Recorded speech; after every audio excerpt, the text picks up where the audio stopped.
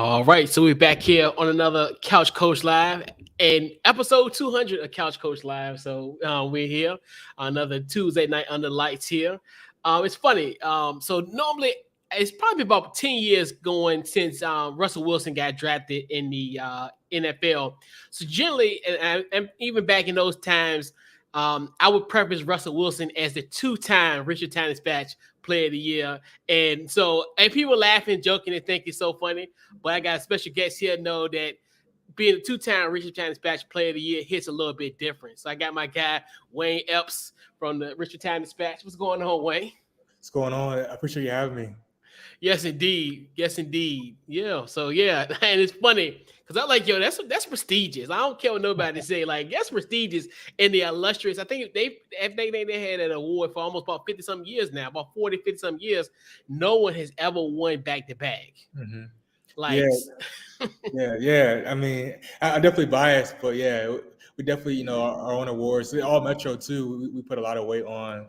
We say sometimes All Metro is almost weighs more than All State just because of how we pick it. So yeah, I definitely got to put weight behind that.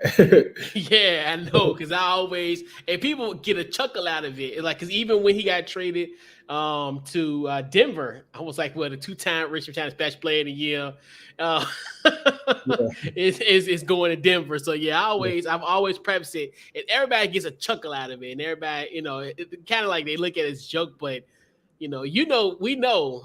That's big. That's huge. That carries some weight around here. Hope he still has those plaques somewhere. I know, right? I know we thought like, yeah, it's crazy. Like how I know he might, who knows? But yeah, so we definitely got our guy Wayne here. Definitely. So first I just want to talk about just your career, pretty much how you really, essentially, how you got to this point, essentially. For sure.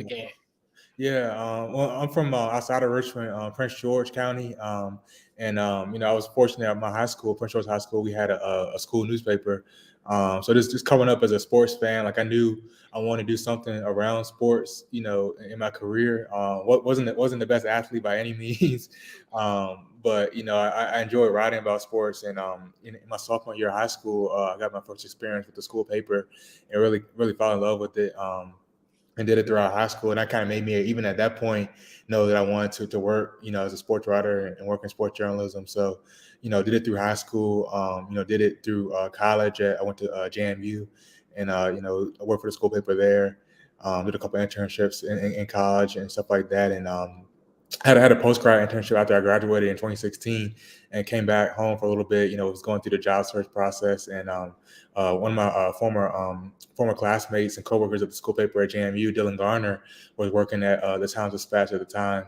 And he let me know they had an opening for what we called sports assistant positions. We used to have 4 of them as part-time positions. Like we kind of got away from this, but we used to at that time still take phone calls for all the high school sports and scores. And, we put together the box scores by hand. They were running the paper. We kind of got away from that, but we still kind of did it the old school way then. So they were hiring a position for that. And those positions also covered high school sports too. So we got to do right. So, I was still going through the job search process. I was like, it was a good opportunity. So I took that. And then that summer, Tim Perrell did a really great job on the VCU beat for a while. Transitioned to a separate another position, kind of focusing more on high school sports and also sports editing as well. And so that position opened up, and so I applied and was able to be an internal promotion to cover VCU and move full time. So that was in September 2017. So I've been doing that ever since. Get to do some JMU football too, and kind of in the off season, I'm kind of general assignment. So I do a bunch of stuff, from kickers to flying squirrels. I was out of Colonial Downs last week. You name it, which I like. It's good to mix it up a little bit during the spring and summer. So yeah, that's kind of been my path. Yeah, it's always amazing, especially like when you're a teenager, you kind of know, like, as far as like athletic wise, like, hey, look, I got to pivot.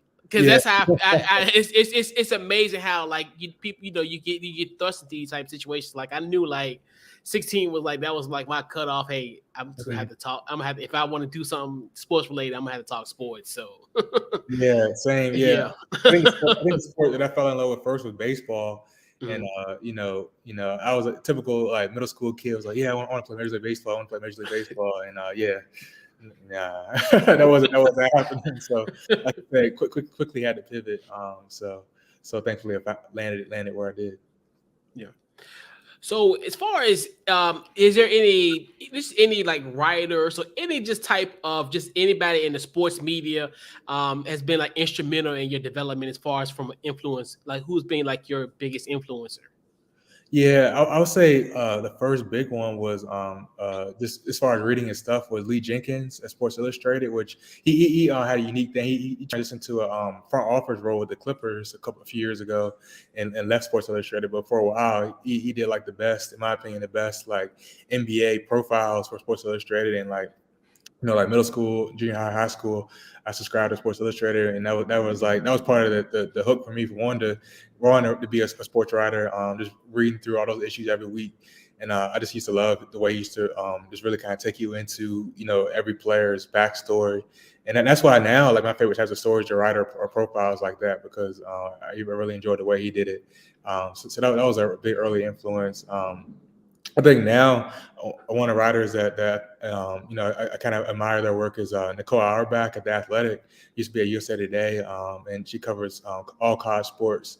And I think she is kind of all over all the the crazy happenings, particularly now with all the realignment stuff. She's like on top of it all the time, but also is a really good writer and does really good with some maybe less serious topics. She's able to write about it really well too. So she's just like very versatile. So I enjoy following her stuff. And then I got to shout out a couple of my colleagues, all of them really, but John O'Connor has been a veteran.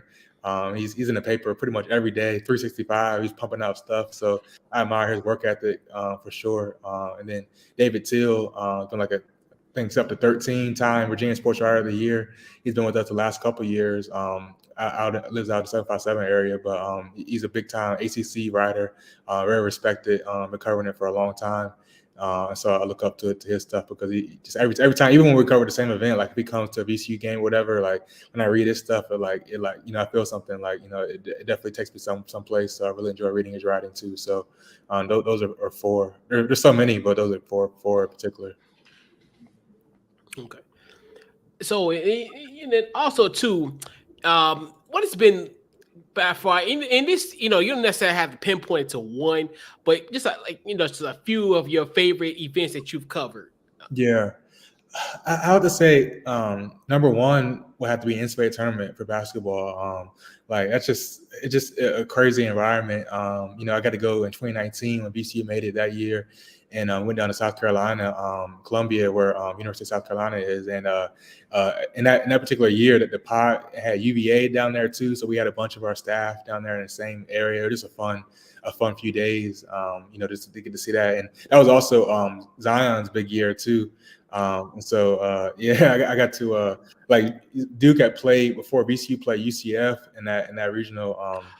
Duke was playing that night, and so I went and took my seat on press row to catch the end of the Duke game, and I don't know if you remember, there was a crazy photo of Zion and RJ Barrett. Zion had dunked, and RJ Barrett and Zion were like both suspended in the air at the same time. Yeah, I was like, I got to see that from in person. That was crazy. And just to see the mania behind. I actually, after VCU got eliminated that weekend, I did a feature on Zion because of the mania behind him that year. So it was kind of crazy to see that in person that weekend. So I just would say because of the magnitude of it and just the energy behind it, NCAA tournament would be my favorite. Another cool one for me was getting to cover JMU football in the national championship game. This was January 2020 down in Frisco, Texas. And I've been fortunate. My editor Michael Phillips, put me on the JMU football beat. I'm familiar with the school, of course, having gone there, so it's been fun. They've obviously had a lot of success over the years, and you know, when I was in school, they weren't that good. They were good, but they weren't like this level of good. Like my sophomore year, they went 500, and that's when they fired legendary coach Mickey Matthews. And but over the past several years, they've been like, one of the best teams in the country, actually FCS level, and obviously moving up to FBS and just to the Sun Belt this upcoming season. But just because I didn't see them win on that level when I was in school, to get a chance to cover them in the national championship game was a big thing too. So I enjoyed that. What else? I got to cover. This was before Times-Dispatch. I was still in school. There's a writer at the Philadelphia Inquirer named Jeff Gamage who went to JMU, and the summer after my freshman year, he invited a few of us who worked for the school paper up to spend a couple of days, going to Inquirer meetings and just getting to meet the staff and just learn about what it's like to work at a paper that size. And so a few of my classmates went up there for that. One of the writers, Mike Jensen, was a really respected columnist up there. He took me to they were playing the PGA championship outside of Philly that year, and so he took me along for that. And I didn't really write anything, but I just got to walk around, and Tiger was there and all that. So getting to go there was fun too. That's definitely a memorable one. So those are three in particular, just individual events that stick out for sure. Yeah, and I do, like you said, I do remember JMU football when those Mickey Matthews years, and I remember we had fired, and it was like everybody went crazy because obviously and I listen to local radio, like people were like, they did not like that move. I remember that, it was like a firestorm for sure. It happened. Yeah, because he had been there since '99, and he won a national championship with them in 2004. So he was like one of those guys where you can never see getting fired. But I think at that time they wanted to take the program to a different level, and obviously it's happened since then. So. Yeah, he was really entertaining too. He was entertaining as far as like when he had interviews. I know they used to interview him down here in Richmond, one of the local sports radio shows. He'll be coming on. Yeah, he's interesting. He's I liked how how he presented himself. But yeah. Yeah, I think he has that old school coach kind of aura to him. But he was a very nice guy. I remember my freshman year, I was just a little freshman reporter, didn't know me from Adam, but I was doing a preview story for the school paper, and he sat me down in his office and went over the whole roster with me in an interview, just analyzing all the guys, and it just a really all-encompassing interview, and I really appreciated that as a little student reporter. So he was a really nice guy to work with in a media sense too. So yeah. Yeah. Yep. So let's see here, and let's see what we got here. So, and also, and kudos to you. I read the article yesterday about Sean Siffler, the former VCU baseball coach, now heading to Notre Dame. I'm really not entrenched with VCU baseball per se, but obviously, I know that somewhat kind of came as a shock for some. But just your thoughts on Sean Siffler going to Notre Dame. Yeah, it was a surprise, but at the same time, he's definitely earned it. And I think sometimes VCU gets looked at, because it's kind of a mid-major status, even though in basketball it's moving up to that higher mid-major status. It's still, at that status. Sometimes, coaches, when they have a level of success, they want to move up to a high major school, high major conference. And I think he's put in the time at VCU. He's been the head coach for 10 seasons full time. Been in the school since 2007. Had a lot of success. I was coming off back-to-back A-10 titles. So I think it was a little bit of a surprise just because there wasn't any maybe inklings before that he might leave, but also not a surprise because of the success he's had at VCU. You can understand why bigger programs were interested in him. So yeah, I think it's a good big time move for him. I interviewed Ed McLaughlin, VCU's athletic director, earlier today about it, and he mentioned it's a life-changing move for him for sure, going to a program like Notre Dame, and he said that Sean wasn't looking to leave per se. It just was a matter of Notre Dame kind of recruited him. They wanted him. The success that he's had, and reached out to him about the job, and that's one of those things you can't really turn down when Notre Dame comes calling. So yeah, definitely congratulations to him, and I think VCU also the success they had, particularly this past year. They'll lose Tyler Locklear, is going to be a high draft pick this weekend, but they also have a lot of young guys who contributed this past year. So I think they bring a lot of talent back. So whoever steps in there, I think is going to have a ready-made team to try to make another run. It's really interesting to see who that guy ends up being.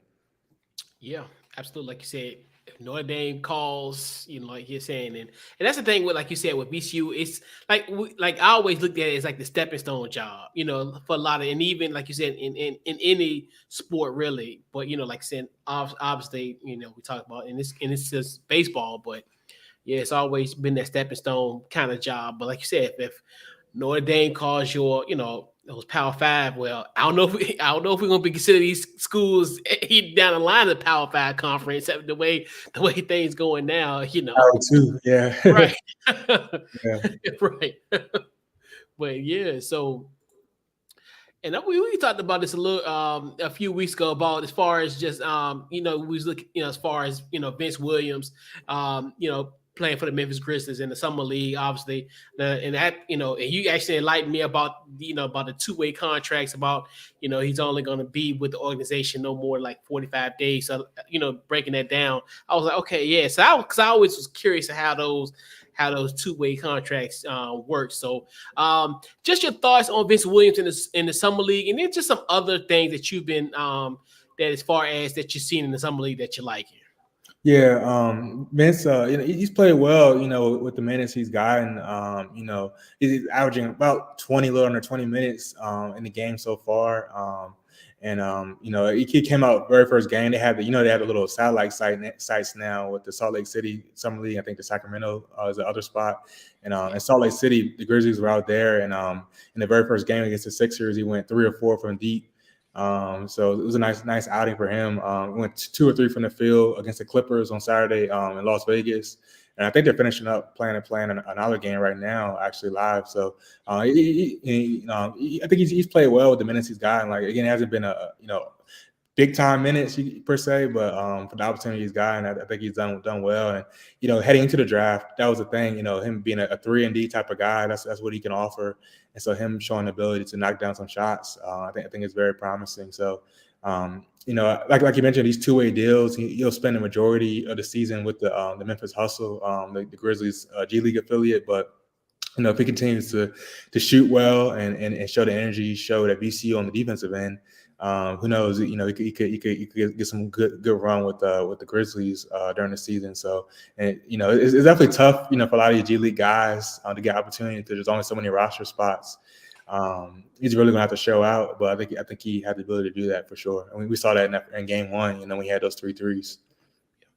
Especially in the league now, where 3-and-D guys are like needed. Like that's a skill set all of his own now. Where it's you need at least one or two or several on a team. So definitely, I think, like you said, it's gonna, it'll be a good thing for him, especially, and I like how they do it now, like with the G League, where it's just developmental. Where I wouldn't say it's pressure per se, it's lessened. Where, hey, this gives him the opportunity. Hey, even instead of being on the bench in Memphis, hey, he can go to the G League, play, get some confidence. That's my biggest thing about it, especially when it comes to like the summer league and stuff, and like kind of like what Rich Jefferson was saying the other day, like how you see a lot of these like second year guys now are not even playing the summer league anymore, and it's like it bugs me, because part of me is like, this would be a great opportunity for you to get confidence in your game, because you think you haven't played. Because generally, most of those guys probably haven't played since April, since the end of their regular season, and some might have played in the playoffs. But I always look at that as summer league. It's like it's getting to a point now where it's kind of like some people don't really necessarily deserve to get to this, actually take it off. So it's very interesting how the summer league plays out, like down the line, as far as development in players. So. Yeah, I agree. It's interesting. I don't know. Yeah, I don't know why that is. I guess part of it is because of the investment of the player. They don't want to risk maybe some of these guys getting hurt, particularly if they're young, like first round picks. But at the same time, it's like, that's kind of what it's for. And these teams usually fill out their rosters with guys, majority of which aren't going to end up getting an opportunity. It's just they're finding some guys like fringe undrafted players or things like that fill out the roster. And some of the teams their rosters are already full.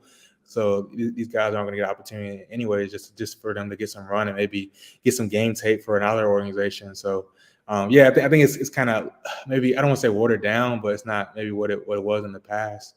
And I wonder if that is, again, because of the investment that these players are drawing, the type of money that's being thrown around, with these players at this point. But it is good because there is always every year a couple guys who are like under the radar guys who end up really showing out and earning opportunity. But those are few and far between if you consider the overall amount of players who are out there. So it is kind of interesting. So I'm not sure why that is. I know it's funny because they shut Paulo down yesterday, so it's just like a lot of that. Like even him, he's a rookie. Like I mean, I get it because he's the number 1 overall pick. It's almost like it's kind of weird. I see that in a sense because you already kind of know what you got. So and plus he's gonna be playing significant amount of time, come the beginning of the year. So I guess I can see it, but then certain ones I still think especially the second year guys. I think if you want like the rookie of the year or then make first team, I think it's an opportunity for you to at least get some confidence and kind of get some burn. Yeah, for sure. Yeah, I agree. It's always funny the NBA, on Twitter, they always, especially I feel like this year in particular, they've been posting, all the teammates who are on the NBA roster are out supporting the summer league team, and sitting courtside watching the games. And when you go through the replies, it's always like, he should be playing. It's like, so he should be playing. Yo, bro, well, when they did a Jalen Green, because he had his nails and all that, and they that's what's killing him with that. Like, yo, you need to be playing. Like, because Siffler is playing, so Jalen isn't playing, so I don't know why it is, but they posted Scotty Barnes too, which again, rookie of the year, but he should be suited up. I was like, yo, NBA. I said that's why I tell people, like people who that on Twitter. I'm like, man, NBA Twitter. It's kind of one of those things where it's cool, but then sometimes it become like a cesspool, and it's like, look, I can't consume it tonight. Like I need to take a break from NBA Twitter tonight, but some nights you're like, yo, you need to be there. It's crazy, yeah, and Twitter has those like what do they call, like subjects, whatever it's called, topics, I think it's called. Like, even if it's not someone account you follow in particular, if it's like an NBA account, it'll just throw it in your feed. So sometimes some of those like fake accounts get in the feed where it's like all these like fake rumors about Kyrie or whatever, and you gotta like double check to make sure that it's not, because ESPN got duped by that by that John Morant thing. Yeah. They said it on air. They were saying fake quotes from one of those accounts. I was like, it's funny because one of my boys, he posted, and I was like that's a slap in the face for journalism. Because like if people I don't know certain things, because I'm really like a joking kind of guy, but I don't know, something about that kind of really like kind of grind my gears. It's like, come on now, like you got people out here, and that's not even about me. It's about people who actually out here grinding, doing work, and then you gonna quote something from Ballsack Sports, and I'm like, come on, man, like seriously, come on, like, and we got reputable, source checking people, journalistic people out here that actually get the job done, and then you gonna use that as a source, and I'm like, you like it, that, like to me, that's like it just. I don't know. That one out of all of it kind of irked me because I'm like, come on now, like you can't just you can't get that wrong. Yeah, I feel the same way because it kind of like questions like the amount of prep you're putting into the show. If you don't even, any person, all you do to give it a second glance and realize it's a fake quote. And so, who knows, maybe a producer or somebody fed it to Jacoby, but it just kind of calls into question the amount of prep they're putting into these shows if they're getting duped. I think that happened on First Take a few weeks ago too, where Stephen A quoted that account too. about something. Yeah. Yeah, yep. And that's why I'm like, I'm telling you, and when it comes like reporting news or whatever, they, even like you're a blue check as well, my brother, but you gotta have a blue check. I mean, Mhm. if I'm gonna get something from, like, I'm not gonna just get it from someone because, like you said, at least I can say, hey, this person is verified on Twitter. Like, it's official. Like, Mhm. that's like anytime when it comes to like NBA stuff. Okay, I'm gonna look at Shams. I'm gonna look at Woj. I'm not gonna go like Ball Sack Sports or whatever, because like you said, it's just. And then I remember like the NFL schedule release. I don't know if you remember, they had like a fake NFL Twitter account, right? They had a fake NFL schedule thing, right? Oh no, Like, yeah, I missed that. oh gosh, thank God you did, because it's just like it was embarrassing. Because at first, because it was like, because I remember, because I'm a Commanders fan, so they was like, "Oh, we playing them Thanksgiving." I'm like, "Why are we playing them on Thanksgiving?" I'm like, that just didn't make any sense. Yeah. But it was fake. It was a fake account. That's crazy. Yeah. Yeah, I have seen that the fake Adam Schefter, and that would do sometimes too. 'Cause like you Yeah. said, you look for the check or whatever, but sometimes they try to like mess with your eyes and like they'll put like an emoji or something next to the name to make Oh, it almost look like a check. So yeah. yeah. And then you ever see ones that they had like a 7? I don't Mhm. know why people think like as if that's like a. It threw me off too one time. I'm like, it's a 7 there. I'm like, why is a Mhm. 7 there? Yeah. But So yeah, those accounts are crazy. Yeah, I don't even know why they exist. Like, cause they have large followings. I don't know. Yeah, it's crazy. yeah, because the schedule release person, he had like 160, and what ended up happening, the jig was up, because obviously that Thursday, the day of, they, teams start doing like little drop release, Yeah. and then he went from like 160,000 followers to maybe like 50K, Dang. like, and within like an hour or so, and I like, yo, that's embarrassing, Yeah, like. that's crazy. I see a lot of it with bots too. Some of these Mhm. accounts, but still, yeah, it's crazy. So yeah, every day it's like, especially during this time of year with NBA free agency, is always some stuff. But then you gotta like double check it and make sure that it's right. And sometimes it's like these other accounts will like tag like Woj or Shams or whatever, and then I'll be like, okay, I guess it is. I guess it is verified. But then you don't even know. Maybe they could be making it up still. It's still just tagging them. So yeah, it's you definitely gotta like, if you're going on air, you gotta double check, triple check. Yes. So Yep. That's why it's like until like somebody blue check, 'cause I kept on like, especially like when it like I said, this time of year where you got, obviously NBA free agency, and especially like the flurry that happened that Thursday. yeah. Right. Yeah. So that was like a flurry of stuff, and it's like kind of hard to keep up. That Mhm. would be a perfect time to catch somebody slipping. Cause like Yeah. it was like nonstop. Like that, like was around about 6 o'clock. It was just like phone was just going off, Mhm. like Yeah. with Yeah. alerts. Yep, Yeah. It's like you said, you could easily slip something in there about a not necessarily a superstar or something like that. Slip some fake stuff in there, and people might believe it. So that's the scary part about it. And that stuff travels so fast. I know, So so yeah. I know, right? So yeah. So speaking of summer league, and we as far as we talked about the NBA summer league, and also once again, kudos to you. Another great article that you posted. Was it last? Oh yeah, it was last week. Yeah, because it was that Thursday or whatever. But yeah, just talk about the Love Day League, the actual local summer league basketball here in Richmond. Yeah, for sure. Appreciate that. I found out about it because there was a highlight going around from Overtime Twitter account that posted Bones Highland throwing this like crazy alley oop. This was the other week, and I didn't know where it was from at first. But then CJ Wiggins, who played at North Carolina Central, then came back and played at Virginia State. He's from Richmond. Played at Highland Springs and Benedictine. He quote retweeted and was like, "Hey, this is my summer league pro-am league, the Love Day league." And so I was like, "Oh, I gotta look into this."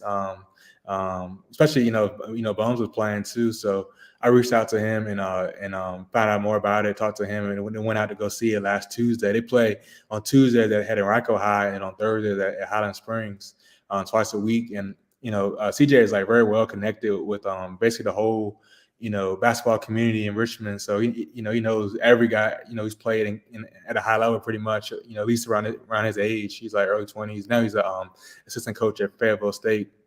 And so I went out last Tuesday, and there was a bunch of guys, people recognize, like VCU in particular. Marcus Evans was out there, Johnny Williams, Keyshawn Curry, Jaquan Lewis, Jamal Schuler, Curtis Jones Jr., Mikael Sims. Curtis Jones Jr. Played at Indiana, Penn State, and Oklahoma State, but him and Mikael Sims, who played at VCU, really good friends with CJ. So they were like two of the first players involved. And so it was a good time. And CJ, kudos to him. It's all free. So everything, you just show up and walk in. There's no admission fee. You can see some high level basketball. So it's a good like summer thing to do if you love basketball, to go see some good players play, because pretty much all the guys in the league, if they're not current pros, they're have some pro experience, or at the very least played in college. So some good players out there, and there's 6 teams. So they play three games each game night. Then they got playoffs going to go through early August. So yeah, I enjoy getting a chance to do that story. And so CJ's a really good dude, and so yeah, it's just some good basketball. So if people want to watch, you kind of got that basketball itch. That's a place to go watch for sure. Yeah, that's definitely got to check it out. And because I used to love the Big Ben's. His summer league. I used to go there like religiously. I think John Marshall used to have one back in the day. It's probably maybe circa 2014, like right around 14, 15, right around that time period. But yeah, it's like then it's eerily similar to those where it's like a who's, especially as far as in this case with VCU guys, and then also those other ones like a lot of prep guys as well, like as far as from the area. So yeah, definitely check that out. For sure, and it kind of sprouted from when he was playing. It felt like they didn't have some good places to work out at, to get some good pro runs in. So it started as just like some pro pickup runs, and they were like, hey, we got enough guys, let's see if we can start a league. And so that's kind of how it started. But like you said, the Ben Wallace League was big time, and that I think stopped maybe like 4 years ago now. It hasn't been around, but that was a big time thing too. I think, like you said, the previous one that was started by Giant Newman too. Back in I think the late 90s or early 2000s. So, which CJ said he was a towel boy at that when he was a kid, and so that was another reason he kind of was into starting a pro-am league, because his dad is really good friends with Giant Newman, and so he was a towel boy coming up in that league. So it's a good program basketball in Richmond. This is the latest one for sure. Yeah. And I definitely, and this is this is funny because obviously I'm gonna get you on the pod, and then this is but the last question per se, but this is like the first thing in my mind, because I know these days are generational, like when it comes to like as far as top 5 lists. But wait, I gotta get your top 5 RVA Prep athletes of all time. Top 5. What you got? That's tough. This is a good question. But you got to go Arthur Ashe to start, from Maggie Walker. Now I threw Moses Malone in there, of course, out of Petersburg.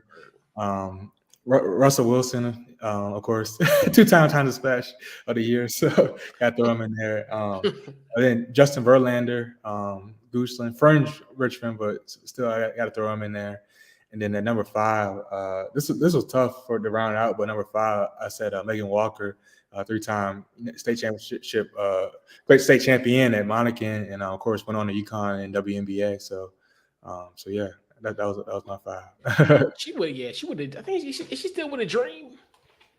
Yeah. I think she went to very impressive list, like you said. Man, definitely. Like you said, and Justin Verlander. What they call Goochland, Mannequin Sabbath. Yeah. So he was a beast. Yeah. Yeah, and he obviously had some injury issues, but he's come back really strong this year, having a really good year this year. So I had to throw him in there. Yeah, definitely Russ. And it's funny because like with him, like he used, like I think people were like he was putting up like monstrous numbers. And it's so crazy because it's like you don't like you'll see the highlights and you're like, God, this man threw like 400 some yards in this game. He, because most of the games you be thinking, because like I always say, I think people slept on it. Not like as far as I know as far as people who follow it, but like he was doing all this stuff in the daylight because they ain't played no night games. Right. Collegiate road. Yeah, those Saturday day games. Yeah. Yeah, he used to. Yeah, so this is like that time period is very interesting as far as with prep. Prep sports back then in 2000 and what? Because it was 2006, 2007. He won those two. Yeah, I was like, yeah, man, people don't understand. Like, you win that. It's a lot of like you said, and then like you said, the Metro team. Yes, and that's the thing that's what I like about like as far as what I really gravitated to the RCD was the preps. Like even like coming up and like now I'm excited about the poll. Like who's gonna be that top 10 in football. Yeah, and I'm a Springer alum, so I was like, we got it's like so I was like always looking at that, and because I remember the years when they weren't as good, and I remember my senior year was in 2000. I didn't play football. My senior year was in 2001, and I remember when Howland Springs was ranked like 10th. And I was like, oh my God, we cracked the top 10 Times-Dispatch. I was like, yo, we here. Like like I remember they cracked the top 10, and that's like, because at that time basketball was good then, because how the basketball squad, they always was like, I remember one year they were preseason number 1, and at that they still they always had a top 10 finish basketball wise, but that went football, because you think about that time, you had Verona and Ryko, you had those teams dominating, and all kind of stuff, but yeah. I enjoy it too. Those polls and stuff like that. And so our preps team does a really good job. Erica Lenich was our main preps writer for a while, and then now Zach Joaquin doing a really good job with Temporel too. So they're gonna be on it, which that's crazy. I feel like this summer has been zooming by. So that'll be coming out probably about a month or so. When these games start starting up, so it'll be here before we know it. Yeah, and I always like those, like the team capsules. I'm telling you, like I'm like when people say like literally like that was a thing. Like looking at those team capsules, who's who, like who's the guy that you need to watch out for, like, and and it's like as far as just having the previews and all that, and and then right around like Christmas time, we get blessed with the all Metro team, and you're like, oh, how many? In my case, like how many Springers made it. Yeah. And then and then the various locations they have. Because I remember one time they did it at the Diamond. And that's the thing I think is like kind of cool too. Is like they'll take pictures like in front of something. Because I don't remember how it was last year, but I know one year like it was at the Diamond. Yeah. One was right in front of the building. So it's like I like that. That's like I always look at that type of stuff that like it's really cool. And then like as far as that all Metro squad and who made second team, who made this, who made that, and so that's like the highlight for me, like especially when it comes to preps, because I really love like prep sports, especially here, because it's one of the things where when I was coming up, it was 757. That's the area where everybody was kept on thinking like that's the hotbed, but now you're looking at it's totally different now, where the 804 pretty much run it like, so many classes, the 804 has won state championships within this last maybe 5-6 year period. And it's just like, state championship time, at the paper is crazy. Cause like I said, there's so many teams who are going deep, in the tournament. So it's a busy time, but it's cool to see. I feel like just the talent, I don't know what it is. Maybe it's the development, but in the training, but like the talent, the depth of talent around the area in football and basketball and a lot of other sports too is wild. The last 10-15 years, as far as players going D1 and stuff like that. So it's been crazy to see how that's blown up. Yeah, and it's almost feel like, and that's another one where that has become a flurry. It's picked up in the last maybe about 2 or 3 weeks, where you're seeing guys making announcements. This last few weeks, and it's just become a flurry and all that. I think that's gonna be definitely exciting. Like you said, guys are like, it sounds like guys just going to Virginia Tech, and UVA. I mean, these guys going place like guys going. We got 2 guys getting ready to go to Boston. Well, one in Boston College already, and then the kid from Life Academy. He's going to Boston College. So it's like you think yourself, God, we got kids from Richmond going to Chestnut Hill, Massachusetts. We got guys going. I mean, we've had guys go all over the country. Like it's amazing. That's like you said, it's just a testament to the area, and it's just testament to just this area, the coaches, everybody who makes those instrumental parts. But it's just like, I mean, these guys are going places. Like it's that you wouldn't, and maybe in the previous generation you wouldn't think you might have had like a handful of guys that do it, but that's like it's guys like it's left and right. Yeah, and I think that's why you see the new coaches at UVA and Tech. As far as Elliott and Pride, like you're saying, since they've been hired, they're making it a priority to recruit Virginia again because they kind of lost, that hold in Virginia. And you saw, like you said, a lot of guys going elsewhere. But since they've been coming in, they really been talking about it. I think they had this coaches caravan, both the programs, and they stopped through Richmond, and both making it known, that's been a priority for them to recruit this area and Virginia as a whole hard again. And you're seeing it, with some of the commits already. So I think that's exciting for sure. I think when you grow up, in Virginia, I think everyone kind of dreams about, playing either UVA or Tech, no disrespect to any other college, but those are like the two that you see. You go to the store, you see UVA hats and Virginia Tech hats everywhere. I think those are the two like big programs, and so I think them kind of reestablishing themselves in the state is big. Yeah, because it used to like Tech was a hype band because at that time, like when I was in high school, that was pretty much like past Michael Vick. So everybody wanted to go to Virginia Tech because of Michael Vick. And like you said, I see I seen like on Twitter, like Price, I feel like he's here all the time. Like, cause I see him with guys, like taking pictures with guys. I remember he was at Mama J's one day, and I'm like, then Southern Kitchen one day. I'm like, hey, you got a permanent residence in Richmond? Yeah. But like you said, and it's good for that to restore it because and I think that's another thing too, where you got great talent in this area. So it's like, why not keep these guys home? Why not keep these guys at least in their home state? So, and I definitely, hope Elliot and the coach at Tech, they'll get some guys from the 804 area and just surrounding areas in Virginia. So yeah, 100%. So yeah.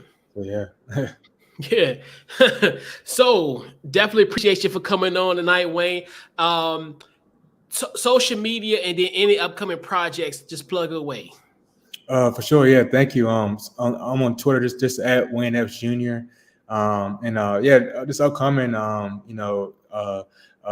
definitely. Well, for one, JMU football is going to be a big thing for me this upcoming year. With them going to the Sun Belt, so that's going to be an ongoing, story, throughout, really kicking up next month, but throughout the fall as well. So that's one big thing. But other than that, just continuing to follow all the goings on at VCU. I hope to check back in with them this month about how the summer workouts are going.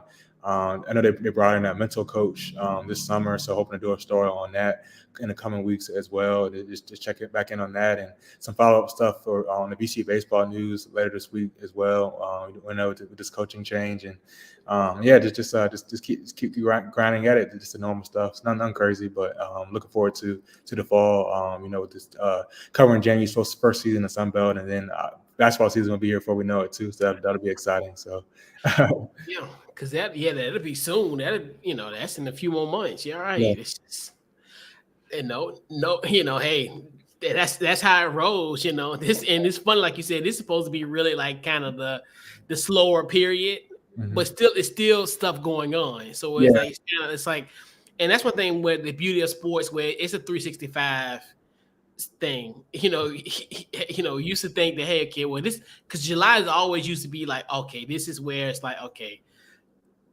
nothing happens, but then now everything happens in July. Like if it ain't something going on in the NBA, like your news, like the news with VCU baseball, like that's the So normally it's just like you said, it's a dead period during the time as far as stuff going on. But like you said, It's all year. Yeah. It's been busy. That's always a thing. Like, especially like spring. When the school's let out. And VCU is out. There's no sports going on in spring. Like that's usually we kind of look at it. The time to kind of take a little bit of a breather because you're kind of really going hard, particularly in basketball season. It's super busy.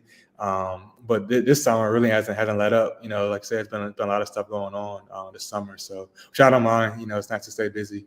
Another thing I got to cover too, the Flying Squirrels won the first half championship a couple weeks ago. So I covered that. So yeah, it's been a lot of stuff going on this summer.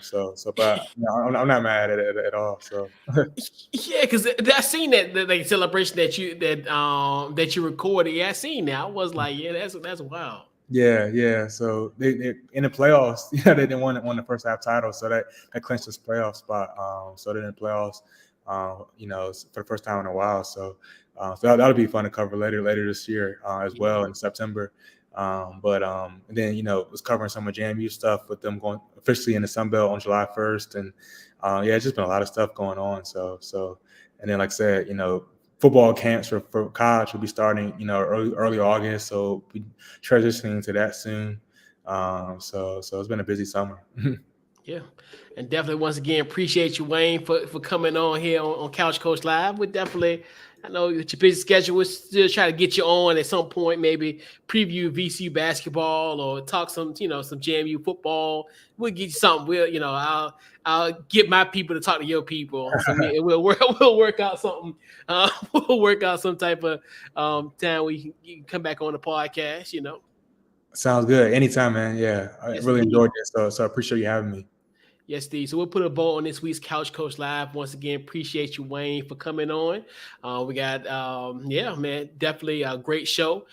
Check out the podcast anywhere you get your podcast, Apple, Spotify. We're there. Also, if you're looking at us here on the banner, check that QR code. Just scan that QR code. It'll lead you to couchcoachlive.com where you can check out the podcast. Also, you can check out archives of past shows. And then also take a look at our social feeds on Facebook and Twitter and Instagram on the Couch Coach Live and our Facebook page. It'll lead you to those as well. But definitely, once again, appreciate our guests coming in. Our guy, Wayne Epps Jr. from the RTD. And, man, this has been this week's Couch Coach Live, man. We'll catch you guys next week, and we out.